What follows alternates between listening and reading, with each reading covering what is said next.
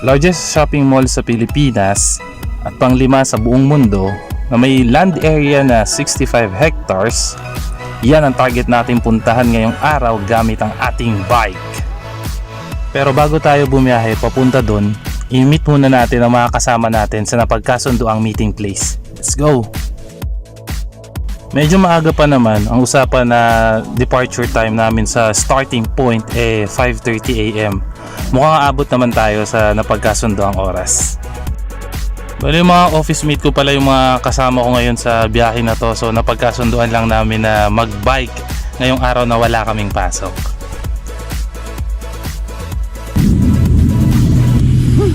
Dumating na ako sa meeting place namin pero kasamaan palad wala pa sila, nauna pa ako. 5:30 daw, well meron pa silang 5 minutes. Kaya dumating na yung mga kasama namin. Nasabi 5:30. Yan si Jonas. Tapos to si JB. Yan si Siam talaga may kasalanan nito eh. Pinaganahan na kumahalas niya ako sa akin eh. Okay na, game na. Back to road na kami. Bago namin simulan ang biyahe, nag-decide muna ang grupo na dumaan dito sa 7-Eleven para bumili ng tubig at saka syempre ng madadala namin pagkain. Ito na, simulan ang aming biyahe. Magsisimula ang aming pagpadyak simula MRT3 Quezon Avenue Station. So bali babaybayin namin ang kahabaan ng EDSA at dadaan kami sa 4 na lungsod ng Metro Manila. Sa pabalik naman namin, babaybayin namin ang Ross Boulevard at ang kahabaan ng Espanya Boulevard hanggang makabalik sa Quezon Avenue Station. So lumalabas loop ang gagawin namin at may kahabaan nito na 33 kilometers balikan. Papasok na kami sa lungsod ng San Juan at maganda ang facing ng grupo. Malakas-lakas pa. Medyo maaga pa rin naman kaya kampante kami na konti pa ang mga sasakyan at mga siklistang makakasabay namin sa biyahe. Nasa tapat na kami ng SM Mega Mall at kagandahan pa rin, mabilis-bilis pa rin at okay na okay pa rin ang facing ng grupo. Siguro dahil sa adrenaline at saka sa excitement kaya napapanatili ng grupo yung ganitong klaseng facing at malakas pa ang pagpadyak ng bawat isa. Magkakaalaman tayo mamaya sa kahabaan ng biyahe kung ganito pa rin ba ang lakas na imapapakita namin. So tuwing dumaraan talaga ako sa parte na to ng EDSA, grabe pangumbango ako dito, amoy chocolate. Siguro dahil andito yung warehouse ng Reroca kaya ganito yung amoy nila, ang bango talaga dito. Pagdating namin dito sa may bandang Boni, medyo nabago na yung facing ng grupo. Hindi namin napansin ni Jonas na lumalayo na pala yung distansya namin kila Ham at JB. Kami ng Guadalupe Bridge, medyo naiwan na din ako dito ni Jonas. Iba talaga pag batak. Bike to work kasi to si Jonas kaya sanay na sanay at malakas pumadyak. At this point medyo napalaban na rin talaga ako sa pagpadyak. Medyo banayad at patag pa dito sa mismong Guadalupe Bridge pero nakikita-kita ako na dun sa may pag-ahon, medyo paangat na rin to. So magkakaalaman na sa pagpadyak pero talaga ang laki na ng ginawang distansya sa amin dito ni Jonas. Batak na batak talaga sa pagpadyak. Pasok ng Makati, inabutan ko na dito si Jonas at napag-usapan na rin namin na hantayin na namin si Ham at JB para sabay-sabay na uli kami sa pagbiyahe papuntang MOA. Ito na, bali nakahabol na sa amin si JB at Ham. Sabay-sabay na kaming bumibiyahe ngayon dito. Saktong-sakto rin, wala talagang nakakasabay na ibang mga siklista. Medyo may mga konti na rin ang mga bus. Nakakatakot din kasabay sila pero buti na lang merong sariling bike lane ng mga siklista dito sa EDSA.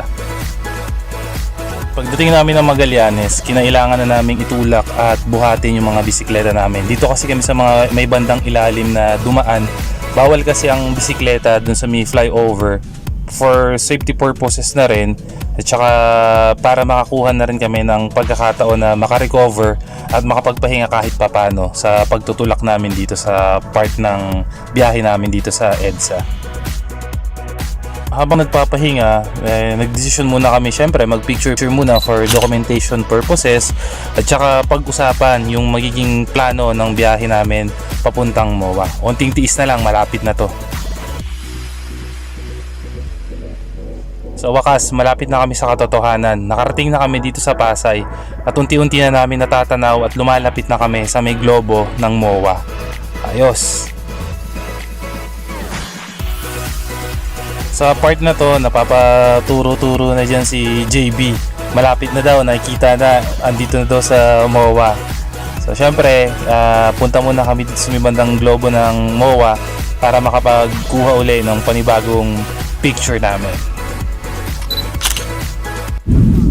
Yes, mawa kami. Sakto, 1 oras na biyahe. 1 oras kasi. Dahil meron pang natitirang lakas ang grupo, nag-decide muna kami na pumunta pa ng Seaside at sa may Ross Boulevard para mag-ikot-ikot at mag-bike pa bago kami maghanap ng pwede naming kainan at kung saan pwede kami magpahinga para makakuha uli ng panibagong lakas sa biyahe namin pabalik dun sa sinimula naming starting point kanina. Sa part na itong MOA, papunta rito sa Seaside, nakakatuwa, ang dami namin nakakasabay ng mga siklista. So, iba't ibang mga bike ang mga nakikita namin dito. At sa part din na to, medyo na-realize na ni Ham na mali yung ginawa niya, na nakasando lang siya magbike. For sure daw, pagbalik namin, tostado na siya. So, alam na niya yung mali niya sa susunod, hindi na niya gagawin yung nakasando lang. Successful naman yung biyahe namin papuntang MOA, nakakatuwa. Siguro uulitin namin to at magyaya pa kami ng mga ibang pwede pa namin makasama sa biyaheng MOA. Or kung di man sa MOA, siguro sa ibang area pa.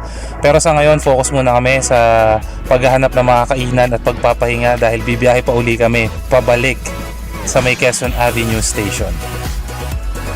Nakakita na rin kami kung saan pwedeng kumain. Sinundan lang namin yung mga ibang siklista kung saan sila papunta at nakakita kami ng kainan dito sa may malapit lang din sa MOA.